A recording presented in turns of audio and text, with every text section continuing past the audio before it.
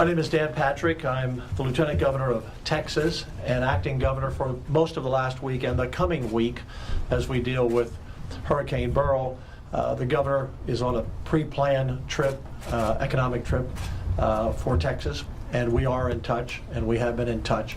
But it's our responsibility here in Texas to prepare everyone for this hurricane. It's still a tropical storm as we speak, but it will be a hurricane, and it will strengthen most likely, and it will be a deadly storm for people who are directly in that path.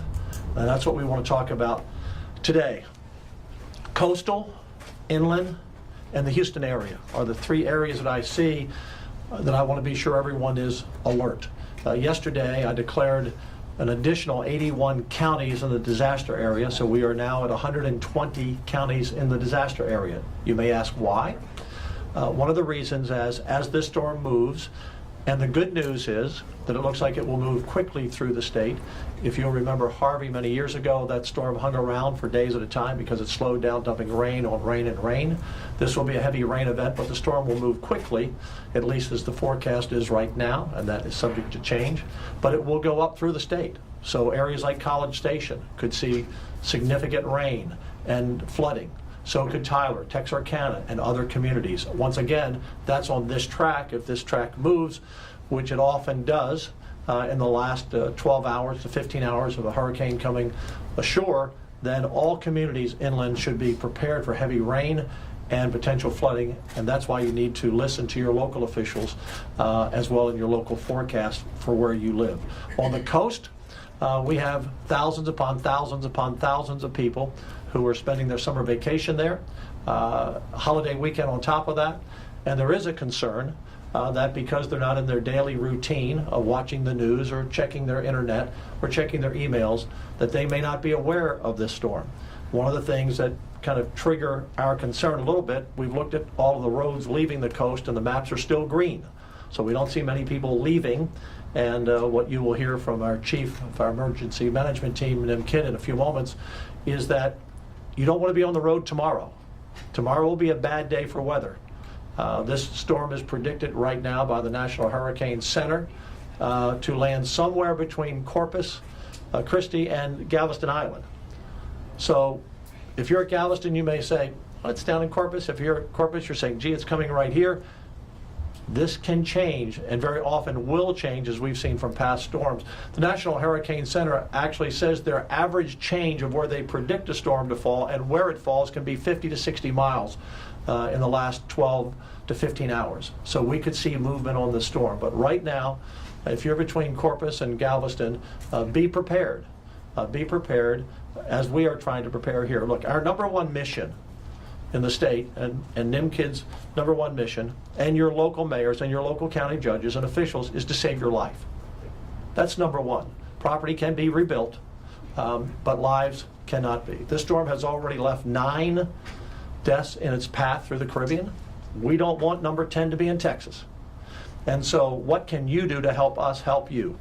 Number one, again, if you're moving, today's the day to move away from those areas. If you're concerned where the storm is, at least there's an area, a hurricane warning, and as well as a watch along that coastal area we've discussed. Number two, if you're staying in place, be sure you're prepared. You don't want to have to go out tomorrow to get water or food or put gas in your car. It would be a good thing to do it today.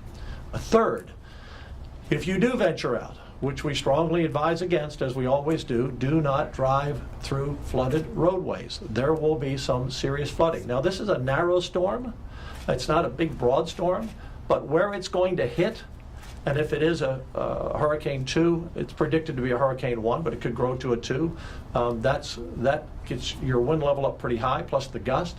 You're going to see a lot of problems in those specific areas.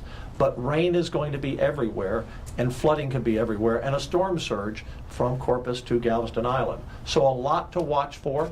I know from my own life experience, well, they always predict more and they say more and then nothing happens. Let's pray nothing happens where you live. But something is going to happen where some of you live. And that something will be significant wind, significant rain, and some flooding. And again, surge along the coast. So help us help you. We are prepared, and we've been preparing for the last week, and we are going to now looking at being ready to go into our recovery mode next, and that will begin once this storm hits landfall. So landfall is predicted tonight. You'll start seeing the winds pick up, some rain coming into some of these areas. Landfall sometime 3 or 4 in the morning, depending where it falls, up till 6 or 7 in the morning. The storm could be out of the area maybe by late tomorrow afternoon or tomorrow night if it doesn't slow down, and then it will go up through the inland part of the state and hopefully be gone out of here by Tuesday afternoon or Tuesday evening, or maybe even a little sooner if it keeps moving at its current pace. But it's a serious storm, and you must take it seriously and be prepared. One thing I would say, lastly, before I turn it over to Nim, is many of you who are watching now have friends and family who live on the coast or who are visiting the coast. Call them, text them, email them.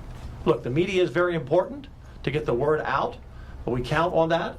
But call your friends and your family members and say, hey, by the way, do you know that Hurricane Beryl is coming to your area, and we're not exactly sure between Corpus and Galveston where it's going to hit, and there's going to be flooding, and you're not going to be able to drive tomorrow? Be sure they know, because a lot of people are on vacation, like I say, not watching the storm, or they hear, well, it's a tropical storm, which it is now, but it's going to strengthen to a hurricane very soon, or it's a Category 1. Trust me, you don't want to be in a Category 1. You know, you're looking at winds 85, 90 miles an hour. You don't want to be in that. You don't want to be in 6 and 12 inches of rain. You don't want to be in flooding. So help us help everyone along the coast for sure, and those inland be watching out as well as Houston. That storm could keep moving that way. NIMKID is the best in the country. We have the best emergency management team in the country. We have been through so many storms in Texas, and I'm going to turn it over to him to give you more detail, but I'm very confident that Texas is ready. Your local officials are ready. I've talked to a lot of them. Nim has talked to a lot of them. I just want you to be ready. Nim? Thank you, Governor. As Governor Patrick mentioned, we have about 6 hours before the first tropical storm force winds line up somewhere along the Texas coast. Now is the time to make your final preparations in responding to this threat. There will be power outages. Let that be known. There's going to be some place in Texas that with these tropical and hurricane force winds, we are going to have power outages. Now is the time to make sure that all of your devices are charged up, that your phones are charged up, your computers are charged up, and that you have fuel in your vehicles. We have been in contact with every county judge along the Texas coast and their emergency management teams. Our agency has people in their emergency operations center. We have prepared search and rescue teams, emergency medical support teams, and we've also anticipated power outages for those that are power dependent. And so that's very important. If you have a family member that requires electricity for their lifelines at their homes, to make sure that you've checked on them, it's not too late. You have a few more hours to get them to a safe place. We've encouraged our local partners to check in with their debris contractors. The faster we get debris cleaned up, the faster we get back on the road to recovery. And for you personally, it's not too late to make sure you have all of the documents your insurance company is going to require, that you have them able to find. Most importantly, heed the warning of your local officials and stay tuned to your local meteorologist, because this path will likely change before landfall. I'm going to quickly run through some of the state agency resources that are supporting our local partners as we end preparation, move into response, and prepare for recovery. The Texas Division of Emergency Management has staff supporting our local EOCs and staging areas, as well as talking to the 911 call centers, cellular service providers, amateur radio operators, and satellite communications. Texas A&M Forest Service has all hazard strike teams, which are local government firefighters from across the state. They are staged, ready to support those local governments that are impacted. They have incident management teams available, as well as SAW crews to help us with debris cleanup. The AgriLife Extension Service and Animal Health Commission are working with our livestock partners to make sure that livestock and all of their equipment are out of the way, and any animal shelter issues that we have. Texas A&M Task Force 1 has structural urban search and rescue teams and theater, as well as our swiftwater rescue boats, swimmers for our aircraft that you'll hear about in a few minutes, and then our medical support teams. Texas Commission on Environmental Quality has staff ready to support water, wastewater, and public drinking water systems. TxDOT has road crews that are out right now making sure all the transportation lanes are open, that the storm drains are open, and they're ready to assist in evacuation of motorists for those that get stranded or run out of fuel along the highways. Department of Information Resources making sure that all of our cybersecurity systems are up. The Department of Public Safety has Highway Patrol out in force. All of their aircraft are available for us, as well as their Marine unit. Texas Parks and Wildlife Game Wardens and their boats are out in force, as well as their state police from their parks. Department of State Health Services has rostered the Emergency Medical Task Force, which is over 50 ambulances, 7 ambuses, 25 missed personnel, and 10 medics to go on additional buses. These are staged to help if we have to evacuate any hospital, nursing home, or assisted living facility. Texas Military Department has almost 300 people in the field today that are for ground transportation units. They will help us do high water evacuations if that's needed. They have their aircraft that we're able to do rescue with, and they are already in position to do point of distribution or pod distributions for those areas that do have power outages or may have water issues. Finally, I want to thank our volunteer organizations active in disaster, the Red Cross, the Salvation Army, and all of those VOAG partners that will come in and help us do cleanup after the fact. Public Utility Commission has been working hard with the electric co-ops in the area, as well as AEP and Centerpoint, to make sure that state agencies and personnel are ready. There will be power outages. We have medical assets that are available. There will be inland flooding. And what we find is this freshwater inland flooding tends to be more of a killer of our citizens than the actual storm surge. So please, please do not drive through water, turn around, don't drown. Thank you, Governor. Thank you, Tim. 2 other things I want to be sure to mention. Rip currents. We're seeing on social media and on the cameras along the coast, there are a lot of people still in the water, and these rip currents are deadly. In fact, there's a warning all the way across the entire Gulf Coast. This storm is going to impact rip currents even in Florida and Alabama and Mississippi and Louisiana. So it's not smart to be in the water today or tomorrow or the day after. Deadly. We've already had a number of people drown before this storm in Texas because of rip currents and around the Gulf Coast. So please, if you're in the water, even knee deep can get you out there. So be very careful. Secondly, on the roads, if you drive up to a road and you see water and you're not sure of how deep it is, but you say, well, there's no barrier there.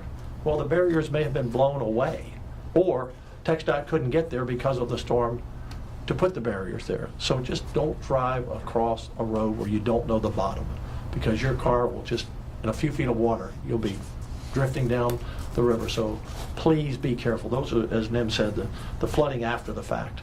Let me give you this, and we will have rain, by the way, after the storm goes through. We hope it continues to be a fast-moving storm, 10, 12, 13 miles an hour. But we're going to have tropical rain continuing probably for a number of days in some of the areas for the week, so that can pour on top of the rain we get and still cause flooding inland. Go to TDEM, TDEM, TDEM/Texas, .texas.gov/Beryl. So TDEM, TDEM, .texas, spell it out, .gov/Beryl, BERYL. Any questions? Hey, Governor, what are you hearing from, what are you asking from federal agencies in the White House? Nim? So FEMA has been here with us in the Emergency Operations Center since before we even let y'all know that we were working on this. Yes. We are in very close contact with our FEMA regional administrator who lives and works in Denton. He and I have been talking several times a day. At this point, remember, Texas, by federal law, needs to have $54 million of uninsured public damage and public loss before the president can grant a major disaster declaration. We don't have those dollars yet. With the size of this storm, and we're praying we don't get to that point. But if we do, we are tied in very close to our federal partners. And how about just for assets? Equipment, manpower, that sort of. So they have pre-positioned some response assets as well as some food and water and blue tarps for our use if we need them. That will be on top of what we already have available as our own state resources. Any other questions? We're counting on the media to get the word out.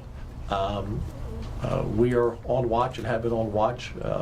The people who work at the emergency management team here, it's 24/7.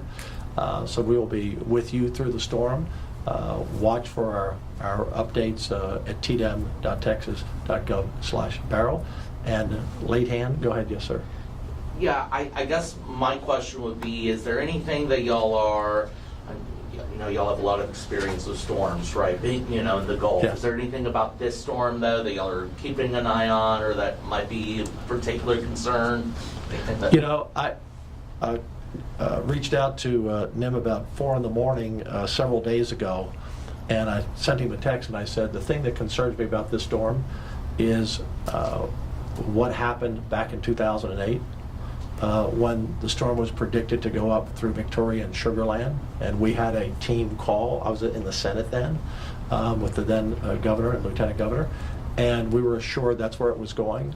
And people on Bolivar Island at that time felt like they were out of harm's way, and many stayed. And overnight, that storm moved about 40 miles, and we all know that tragedy of Bolivar Island.